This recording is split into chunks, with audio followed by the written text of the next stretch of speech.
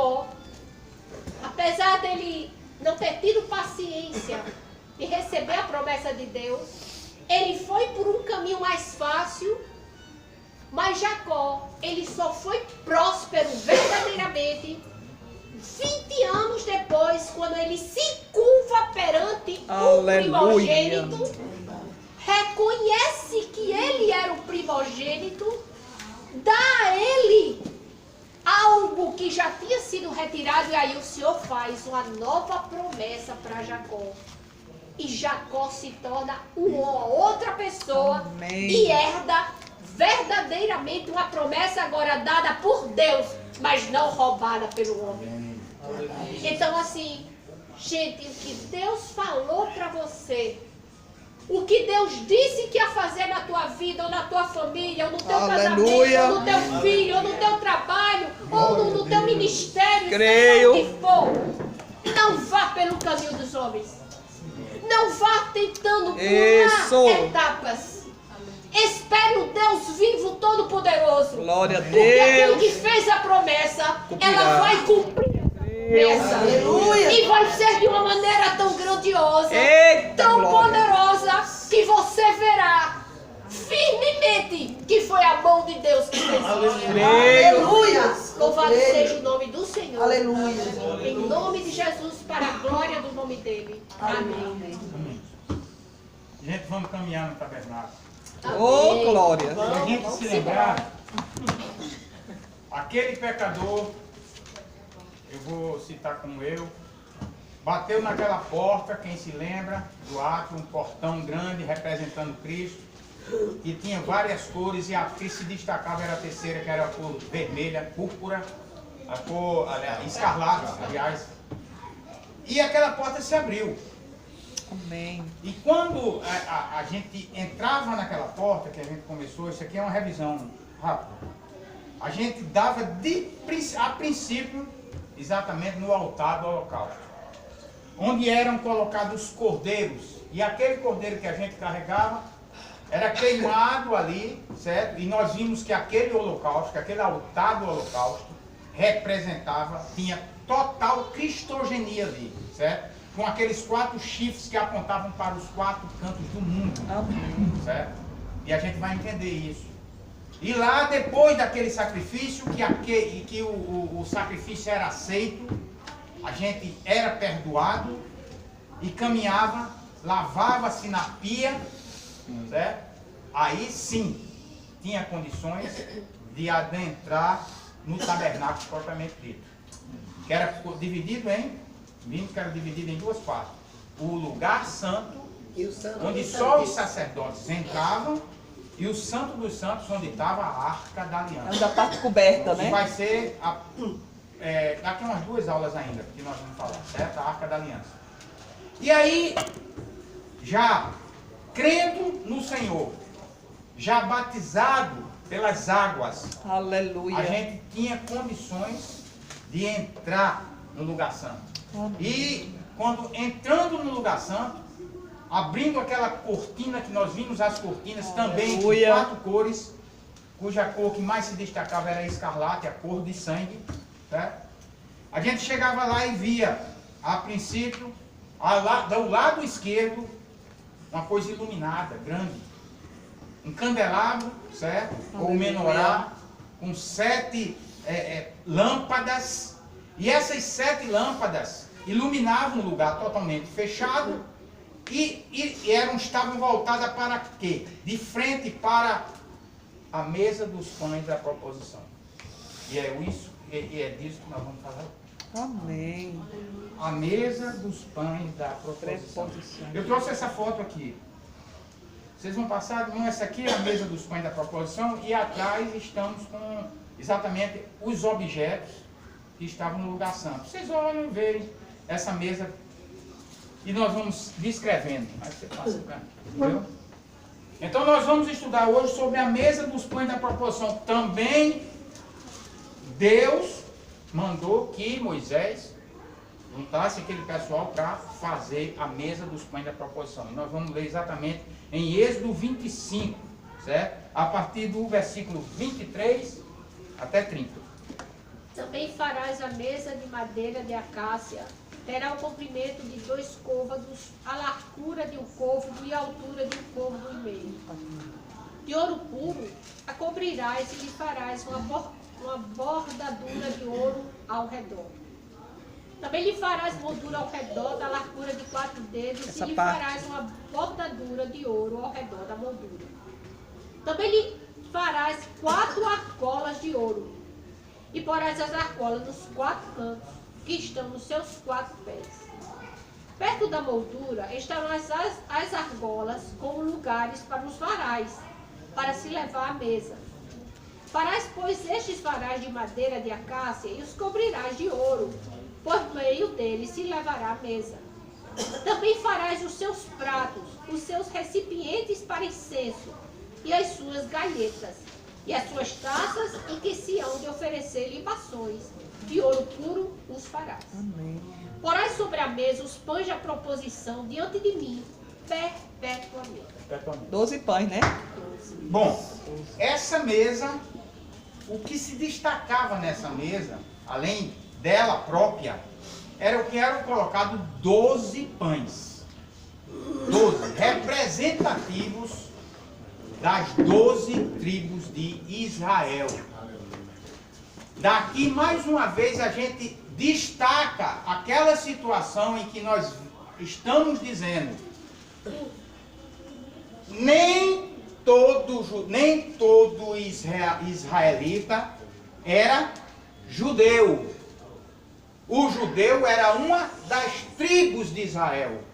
Eram 12 tribos. 12. Precisa que a gente entenda isso. Não só o lado cristão entender isso, como o próprio ponto. Chegou aqui, exatamente. Nós chegamos aqui. Nem só o lado cristão tem que entender isso, como também os judeus atualmente que estão se entregando a Jesus, reconhecendo como Messias. Que essa lei que está aqui, que esse estudo, que o tabernáculo, não era um privilégio exclusivo do povo judeu. Nem também é para a gente pensar que nós, cristãos, não temos absolutamente nada a ver com aquele tabernáculo, e que não interessa aqui. Esse foi o grande erro do cristianismo, como eu já venho falando há muito tempo, que desconectou as raízes israelitas. É como eu sempre digo, a obra do Senhor, a palavra de Deus, começa com Abraão. A promessa de Deus começa com Abraão. Jesus é o cumprimento da promessa. Amém. De Deus. Quando a gente entende isso, É verdade. quebra-se as cadeias da ignorância, do antijudaísmo, certo? E vice-versa. Então, aquelas duas varas que tanto se fala, vão se tornar uma única. E nós vamos ver exatamente isso, quando a gente estuda a mesa dos pães da proposição. Você sabe por quê? Quem está vendo as fotos, olhe com bem atenção. Bem atenção que um desses pãozinhos aí, seu nome está nele. Aleluia. Aleluia. Efraim. Eita glória. Glória a Deus. Em frente ao candelabro, iluminada por ele, estava a mesa de ouro. Na mesa havia 12 pães, o número das tribos de Israel. A mesa era de madeira, de acácia, Isso. coberta de ouro. Se lembra quando a gente estudou as tábuas do tabernáculo? Aquelas 48, tábuas 48, né? igual, né? Madeira de acácia coberta por ouro. E qual foi a conclusão Aleluia. que a gente chegou? De madeira de acácia, a mesma do altar do holocausto, representando quem? A cristogenia do tabernáculo. Jesus Cristo, homem nascido da terra. Então, a acácia, certo? Que nasce no deserto, certo? Aquela madeira, e é segura e forte, certo? Representando o Cristo terreno, certo? E o ouro, representando a glória divina de Jesus. Daí já dá para saber que essa mesona aí era o quê? Essa mesa, que tinha uma dimensão que a gente já vai estudar, representando a Cristo. Vamos ler de novo Isaías 11:1.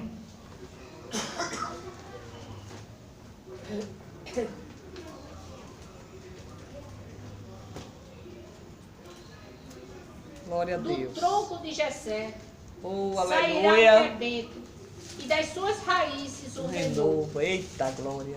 Repousará sobre ele o Espírito do Senhor, o Espírito de sabedoria, de entendimento, Conhecimento. de conselho, de fortaleza, Amém. de conhecimento e de temor Oh, ao aleluia. Senhor. Isaías 53, 2.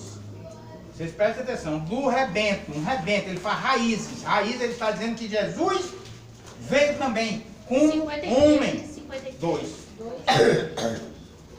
Porque foi subindo como renovo perante ele, e como raiz de uma terra seca, não tinha aparência nem formosura. Olhámo-los, mas nenhuma beleza havia que nos agradasse. Então, veja que ele de uma terra seca, a cássia representativa do Cristo terreno. E o ouro representando o Cristo, a glória dele. Amém. Então, quando a gente vê isso, vê que em sombras de bens vidouros, a gente vê que essa mesa era uma representação de Cristo. Agora, o que é que a gente observa nisso? É que esta mesa está sustentando 12 pães. Ei, que será? 12 pão? Que será? Assim como a mesa levava os 12 pães, 12 tribos. Cristo tem levado todo o seu povo. O povo de Deus. E porque ele carrega o seu povo é aceitável a Deus. Deus vê seu povo à luz de quem? Do candelabro que era representativo. Aleluia. É Isaías 11. Então, preste atenção que tem aí, pelos esses pãozinhos, tem o nome de algum de vocês aí. Oh, glória. Os 12 pães representam toda a nação de Israel. Amém. Não é todo judeu. Toda a nação de Israel. O judeu também está ali. Mesmo quando as 10 tribos foram levadas cativas, nós vamos falar um pouco sobre isso, certo? Quando foram levadas cativas 10 tribos pela Assíria e espalhadas pelo mundo, sumiram, certo? Na formação do templo depois. Quando Salomão fez o templo, a mesa continuou a ter 12 pães. Aleluia. Não ficou só um pão representando o povo judeu. Foram 12 pães que continuou. Amém. E não existia mais. Exatamente. O povo foi carregado, certo? 722 a.C., certo? As 10 tribos sumiram completamente. Sumiram. Mas no templo de Salomão continuava. Mas continuava o templo até, certo? Ele ser destruído, depois na Babilônia, com a Babilônia. E depois, quando Neemias, Esdras e Neemias reconstruíram, continuava a mesa com os 12 pães, certo? Segundo Reis 17, nós vamos falar um pouco sobre isso. Por que essas 12 tribos foram embora? Por que a gente tem que saber isso? Porque Deus, Ele tem pressa em fazer a reconexão da igreja. Amém. E por conta disso, Ele tem realmente feito pessoas, tem revelado essa grandiosa, inimaginável obra dele, através de um homem que ele escolheu. E fez promessas que seriam mentirosas se não houvesse uma revelação sobre isso. Por exemplo, o que é que ele disse a Abraão? Abraão, dá uma olhadinha ali fora, olha para cima. Oh, Tu pode aleluia. contar essas estrelas? Sim. Tu pode contar essas areias da praia? Pois a tua, não é a tua descendência, gente. A palavra descendência é diferente, é a tua semente. Eita, A glória. semente. E você sabe, existe a Sará, é semente em hebraico, certo? Existe uma só palavra em hebraico para denotar duas coisas, duas palavras, semente e sêmen, esperma, certo?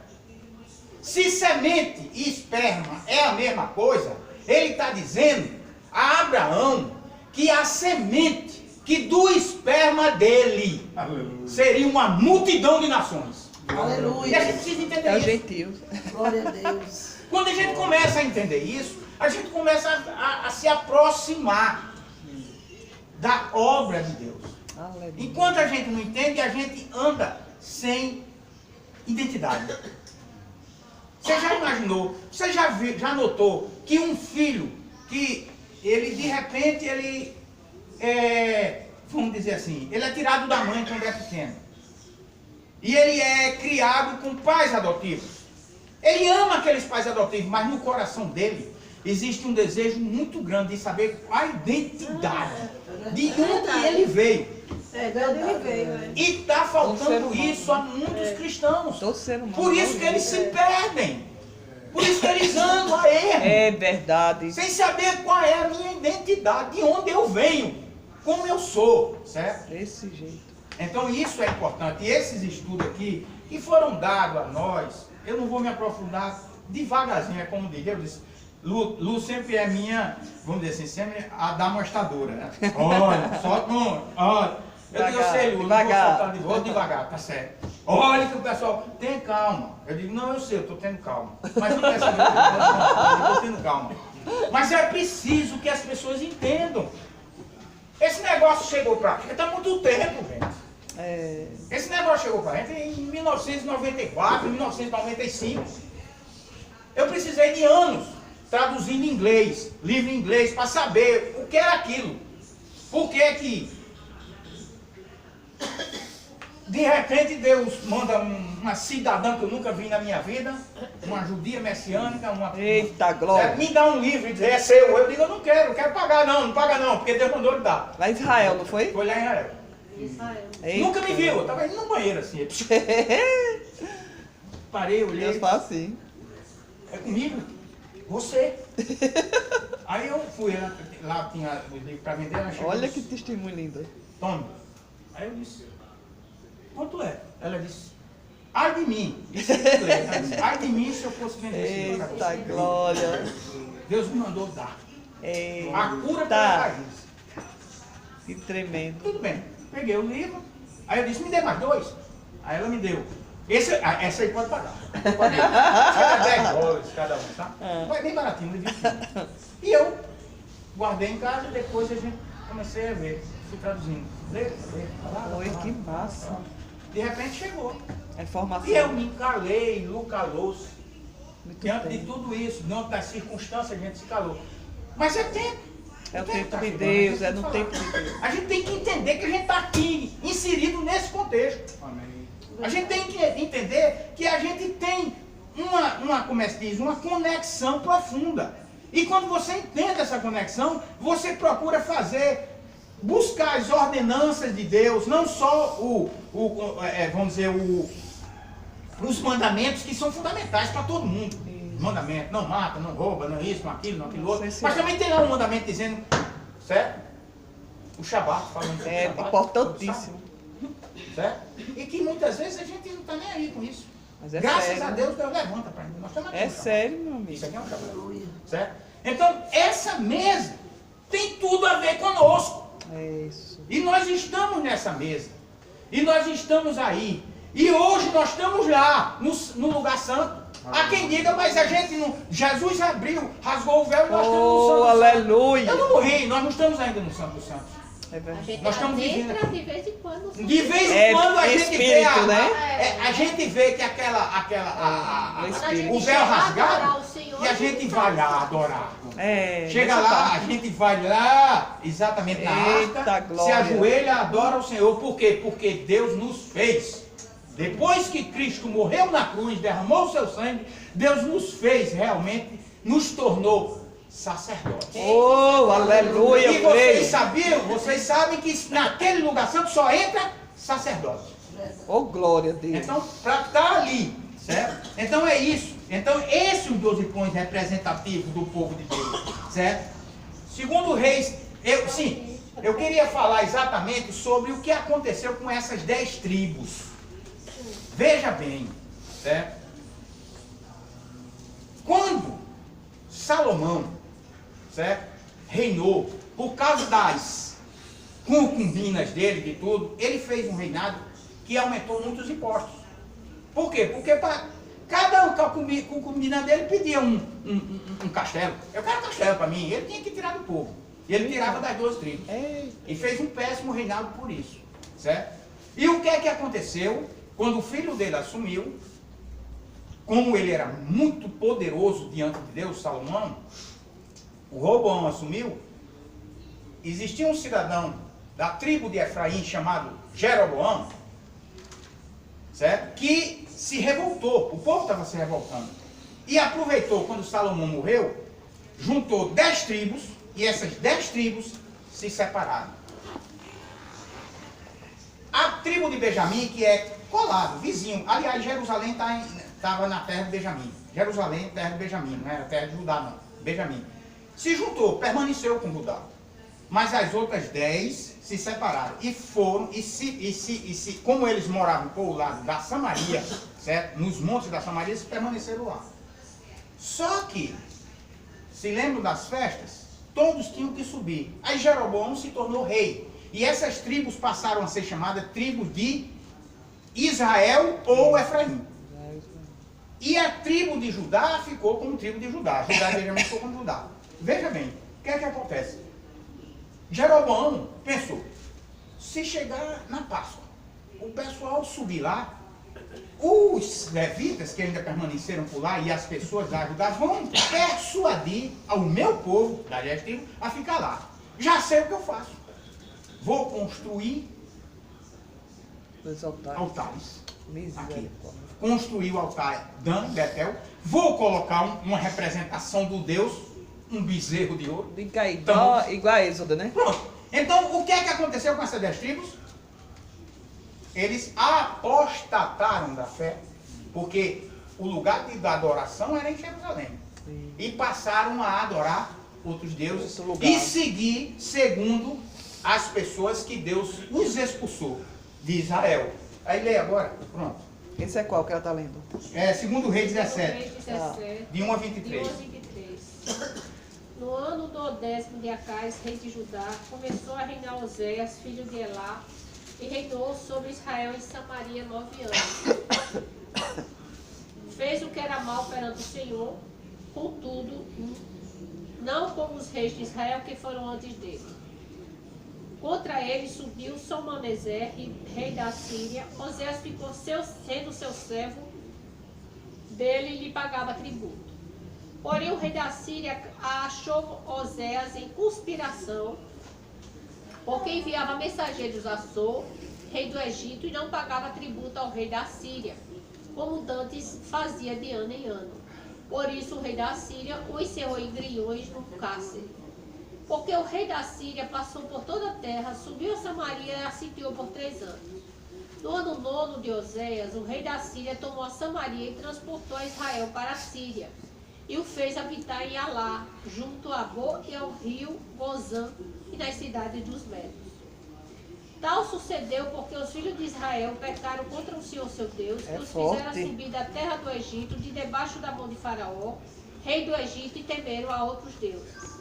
Andaram nos estatutos das nações que o Senhor lançara diante dos filhos de Israel, em costumes estabelecidos pelos reis de Israel.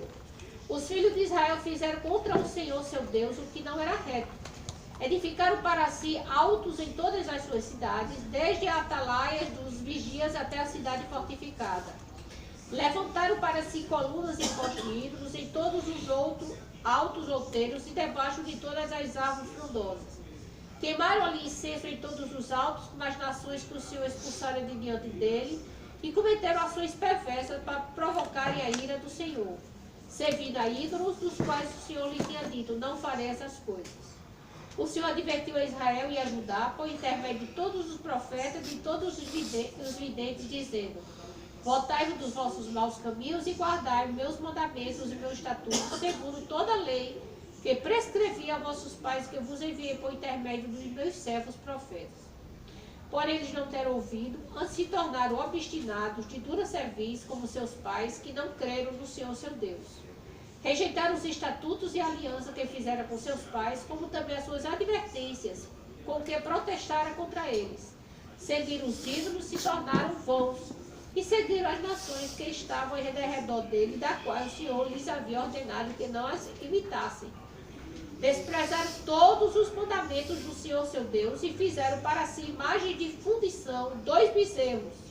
Fizeram um poste ídolo, e adoraram todo o exército do céu e serviram a Baal.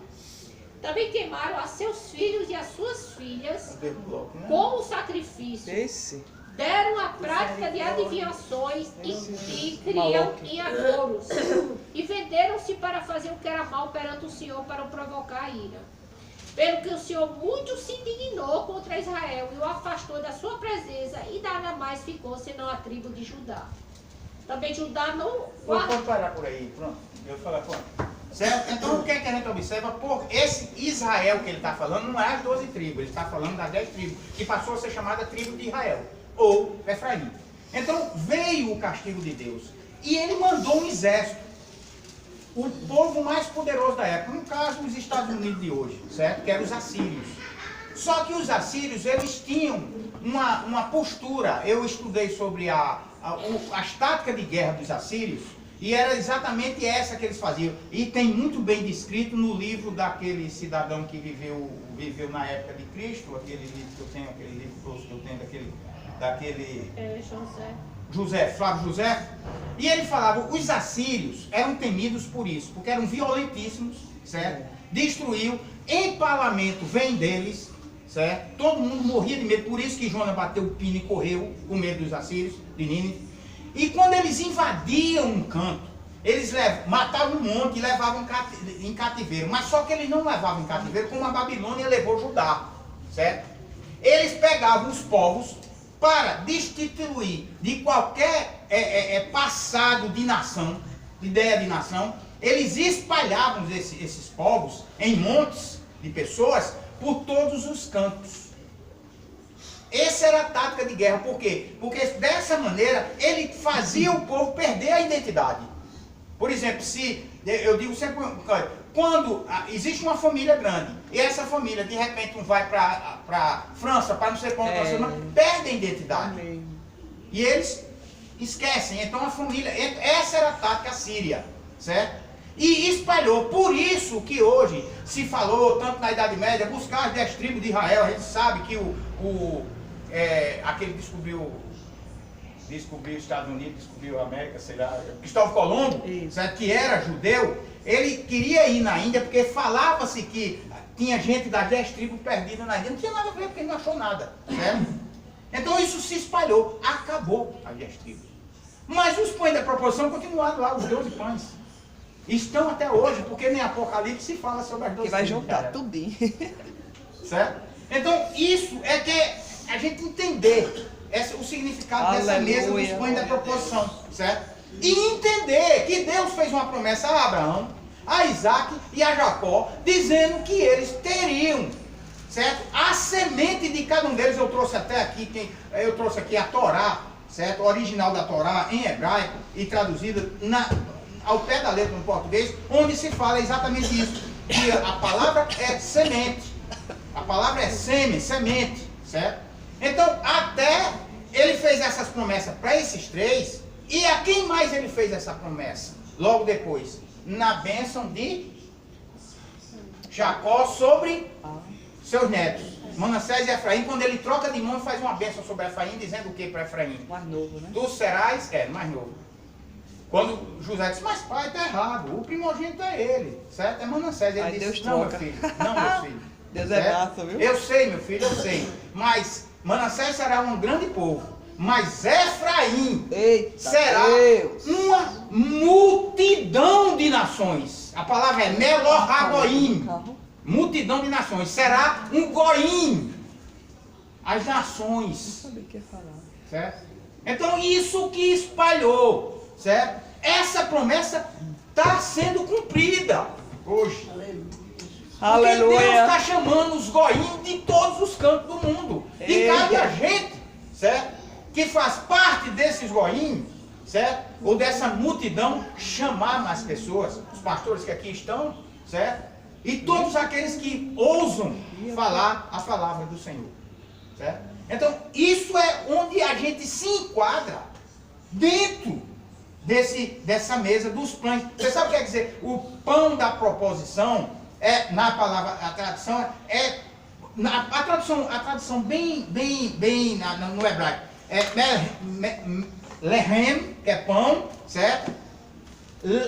Alpanim, os pães face a face. Os pães da presença. Por quê? Porque Deus está ali, Jesus está ali, olhando para os pães e sustentando os pães.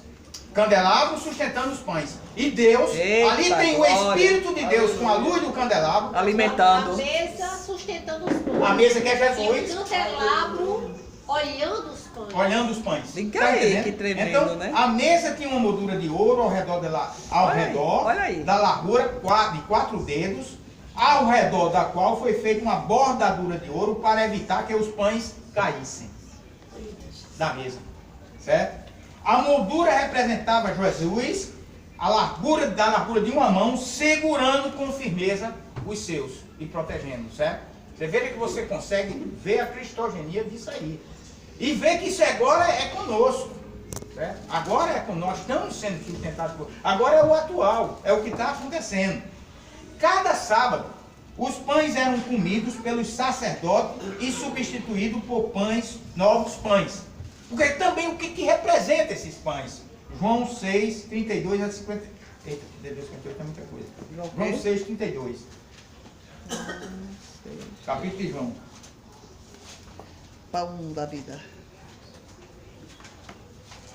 Oh, glória a Deus. Então, a tradução literal é pães da presença ou pães da face. A partir do Eu 32. sou o pão da vida, né? Deve ser isso. Replicou-lhe Jesus: em verdade, vos digo, não foi Moisés quem vos deu o pão do céu. Aleluia. O verdadeiro pão do céu é meu Pai que vos dá. Aleluia. Porque o pão de Deus Eita, é o que glória. desce do céu e dá vida ao mundo. Faz a vontade do Senhor. Então Glória a eles disseram: Deus. Senhor, dai-nos sempre desse pão.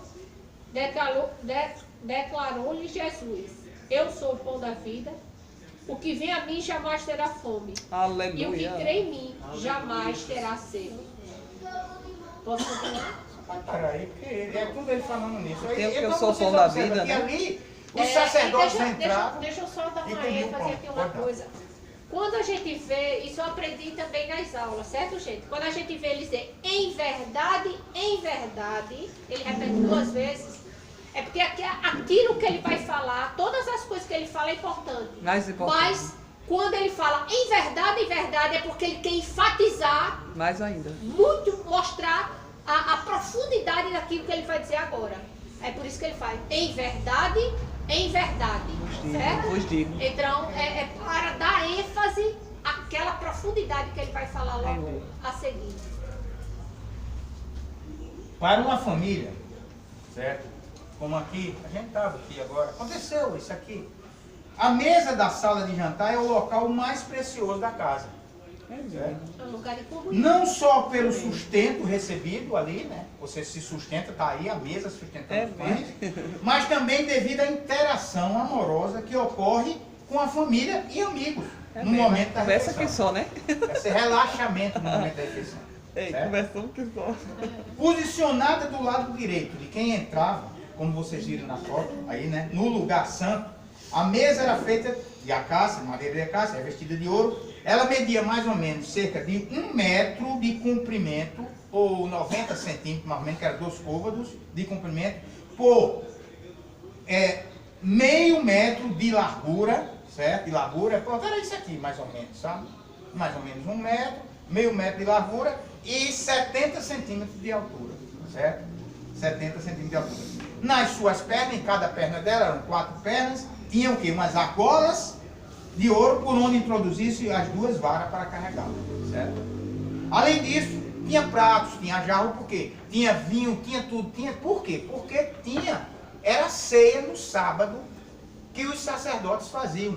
Por isso, hoje, quando você faz a ceia na igreja, quando você faz a ceia no Shabat, aquilo é uma representação. Isso. Uma representação da cristogenia. Amém. Daquela mesa, certo? A mesa, como vimos, recebia os pães da presença, ou pães da face, né? Que eram colocados diante da presença de Deus, certo? Da presença de Deus. Cada sábado eram trocados os pães, certo? A mesa destaca a relação de aliança entre Deus e seu povo, enquanto Deus habita com seu povo. Ali era a representação típica de Deus habitando com o seu povo e jantando com o seu povo. Jantando, ou vamos dizer, comendo, certo? Entendeu? Na Bíblia, uma refeição compartilhada é um momento de íntima comunhão. Eis que eu estou à porta e bato. Se tu Amém. ouvires a minha voz e abrires a porta, eu entrarei, Cearei. cearei contigo Veja a e importância. tu comigo. Tu comigo, certo? Ô, glória. Então, uma refeição compartilhada é um momento de íntima comunhão entre as pessoas, Espiritual. no contexto de uma aliança. É um ritual. Por exemplo, a refeição de Abraão com Deus, certo? Gênesis 18, de 1 a 9. Gente, quem achar, pode ir. Sempre terminado em refeição. Por isso que a gente tem que escolher com muita coisa, com quem a gente vai jantar. Tem aqui uma lembrete. 18, 1 a 9. Apareceu o Senhor a Abraão nos carvalhais de Mamre, quando ele estava sentado à entrada da tenda no maior calor do dia. Levantou ele os olhos, olhou e eis 3 homens de pé em frente dele. Vendo, correu à porta da tenda ao seu encontro, prostrou-se em terra. Disse: Senhor meu, se acho mercê em tua presença, rogo-te que não passes do teu servo. Traga até que versículo? É até o 9. Até o 9. Traga-me um pouco de água, lavai os pés, repousai debaixo dessa árvore. Trarei um bocado de pão, refazei as vossas forças, visto que chegasse até vosso servo. Depois seguireis avante. Responderam. Faze como disseste. Apressou-se, pois, Abraão para a tenda de Sara e lhe disse: amassa depressa 3 medidas de flor de farinha e faz pão assado ao borralho. Abraão, por sua vez, correu ao gado, tomou um novilho, teu e bom, deu ao criado que se apressou em prepará-lo. Tomou também coalhada e leite e o novilho e mandaram preparar e pôs tudo diante deles e permaneceu de pé junto a eles debaixo da árvore e eles comeram. Então lhe perguntaram: Sara, tua mulher, onde está? Ele respondeu: está ali na tenda. Então, veja Abraão comendo com a representação de Deus, gente. Esses 3 homens misteriosos que chegaram lá, representando a Trindade. A Trindade. E teve também uma ceia grande quando Deus dá a lei. Em Êxodo 24, 9 a 11. Quando Deus dá a lei, depois eles vão comemorar essa lei com Deus. Quem era que estava lá em cima que disse? Vai lá e diz que eu sou o que eu sou. 24, E Jesus disse o que também? Antes que Abraão existisse, eu sou. Êxodo 24. 9 a 11. E subiram Moisés e Arão e Nadab e Abiú, 70 dos anciãos de Israel. E viram o Deus de Israel, sob cujos pés havia uma como pavimentação de pedra de safira, que se parecia com o céu na sua claridade. Ô, Ele glória. não estendeu a mão sobre os escolhidos dos filhos de Israel. Porém, eles viram a Deus, comeram e beberam. Comeram e beberam. Sempre, você veja como é a importância dessa mesa do pão da Eu presença. encontrei um de mesa, olha que interessante. Em Mateus 8 diz assim, 11. Digo-vos, e muitos virão do Oriente e do Ocidente e tornarão lugares à mesa com Abraão, Isaac e Jacó no reino dos céus. Também, no caso futuro. Assim como o ato de comer na presença de Deus revela a intimidade do seu povo com ele, os 12 pães comidos no Shabat pelos sacerdotes, que eles comiam no Shabat, certo? Hoje era dia deles entrarem lá para comer os pães, certo? Mostrava uma lembrança perpétua da comunhão de Deus com o seu povo. Eita, A glória. gente vai estar fora dessa comida? Com certeza não, a gente está lá. Com tudo junto. Esses elementos são sombras do que chega a toda a igreja de Cristo. Ele é a mais completa expressão do tabernáculo e do templo, representando a presença de Deus entre seu povo, João 1,14. Amém. Glória a Deus. Você veja a importância dessa mesa, gente. Isso passa despercebido? Passa. Quem lê isso aí, como é que negócio que não bota um pedaço de madeira de acácia depois, chega lá, 12 pães em cima Faz dela. tudo ter significado. Mas tudo, e foi Deus que mandou fazer esse negócio. É lindo demais, no mínimo detalhe. E o Verbo se fez carne e habitou entre nós, cheio de Aleluia. graça e de verdade, e vimos a sua glória como o do unigênito do Pai. Amém. Por meio dele, Deus deu vida à igreja, agora e para sempre. O pão da presença. Eita, glória. Apontava para Jesus como o pão do céu, que é o João 6, 32, 35. Eu sou o pão, né? É. Foi o que a 32. gente leu? Não, faltou esse. Seis. Eu sou o pão da vida. 32, 35. É 6, 32, 35. Tem um bocado de coisa. Replicou-lhe Jesus, em verdade Aleluia. em verdade vos digo, foi o que eu li. Mas faltou esse. 32. 32, declarou-se foi Jesus, eu sou o pão da vida, Isso, faltou esse. o que vem a mim jamais terá fome, e o que crê em mim jamais terá sede.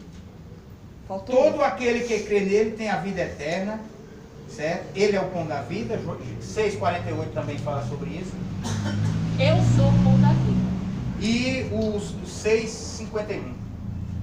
Eu sou o pão vivo que Eita, desceu do glória. céu. Se alguém dele ver, viverá Oh, eternamente. aleluia. E o pão que eu darei pela vida do Vida mundo eterna. é a minha própria Aleluia. Veja a representação ali, né? Tá vendo? Tá vendo? Esse ato de alimentar-se de Cristo pela fé é simbolizado na ceia do Senhor que nós fazemos.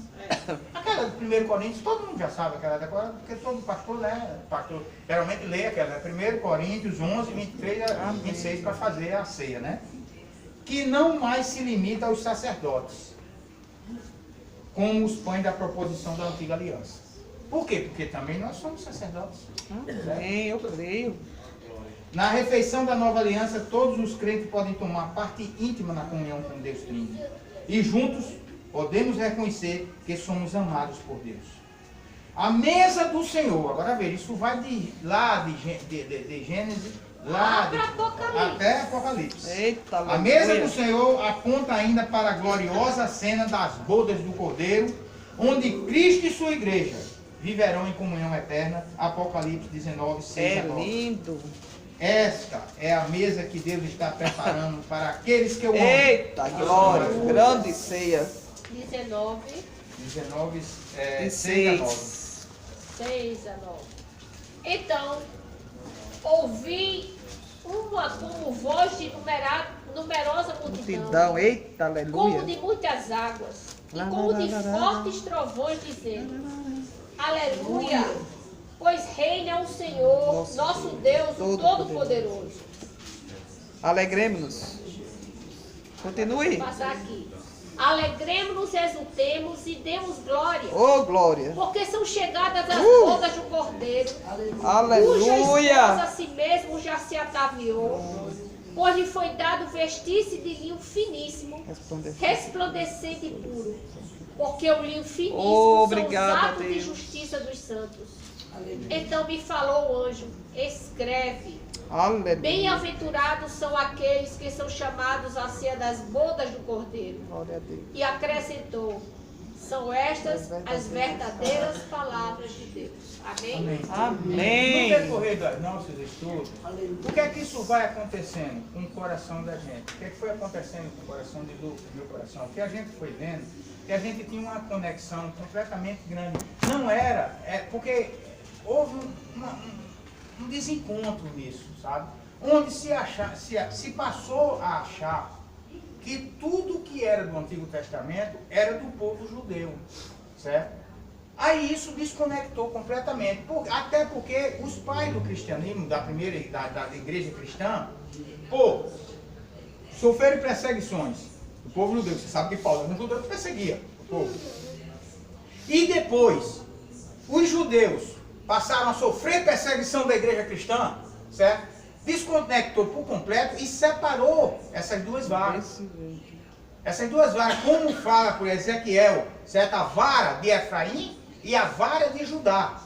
Mas Deus disse que vai juntar essas varas e um só rei governará com elas. Aí você entende exatamente Ezequiel 37, você vai entender Isaías 11, Aleluia. certo? Como diz assim Isaías 11 para eu ler. Na Melhorar. medida que a gente for falando e for provando certas coisas, a gente vai entendendo e vai colocando. Crescendo. Precisou muitos anos, muito joelho no chão e dizendo assim, Deus, eu estou falando besteira. Se eu estiver falando besteira, tapa a minha boca. Não deixa que eu fale besteira. Mas a cada vez que eu dizia isso, ele mandava uma prova Confirmação. diferente. Uma confirmação diferente. Você veja, quando você abre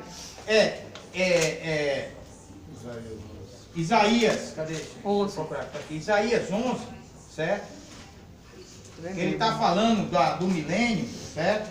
Ele começa falando do milênio, aí ele diz assim, ó. A nova glória de Israel.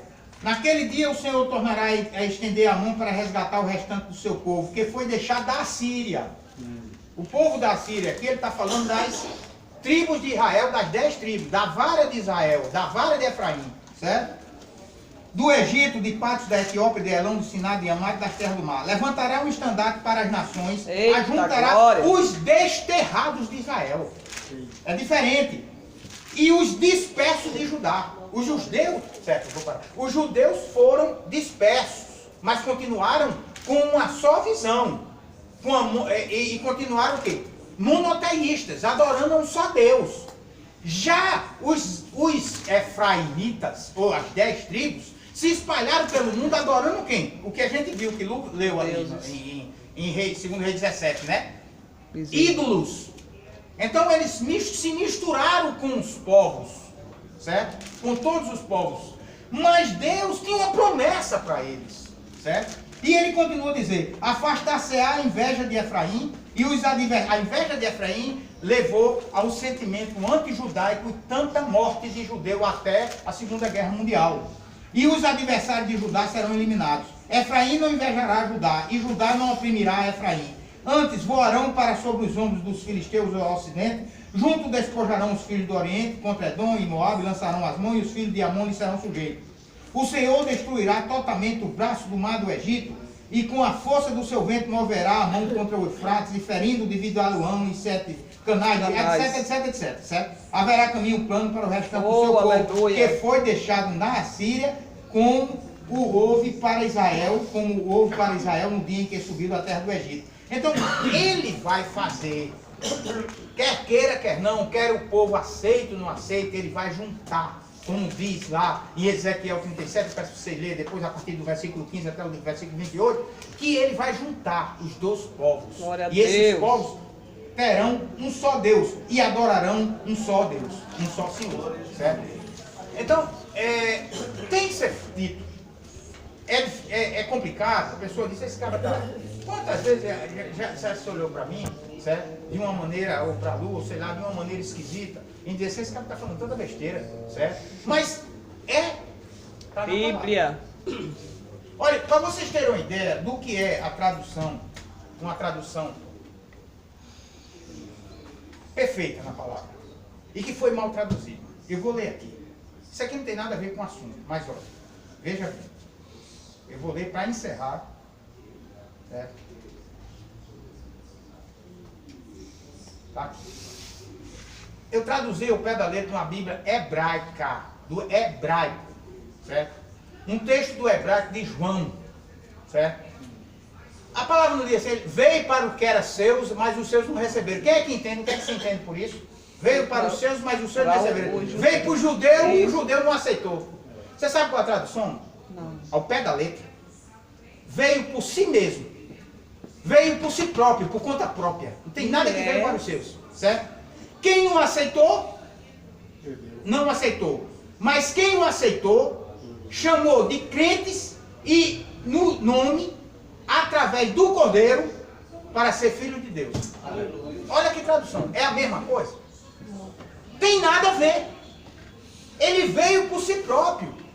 A palavra diz, ele veio por si próprio. Ele veio por si mesmo, porque ele decidiu vir.